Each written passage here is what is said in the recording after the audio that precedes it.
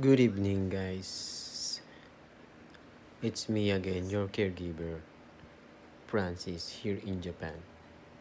Shizuoka Kenya, Izu City. Ang matatanda ay tulog na. O basang tachi, netemasu.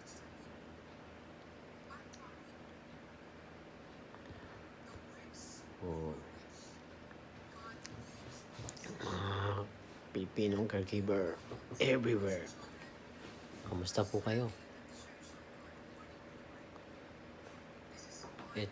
October pala, uwi na pala ako. Yun lang, mga ilang araw na lang, ilang weeks na lang ako dito. Pahinga na. Another chapter. Another opportunity. So, paano? Message na lang ako. Comment down below kung ano mga tanong nyo sa akin. Salamat. Bye-bye.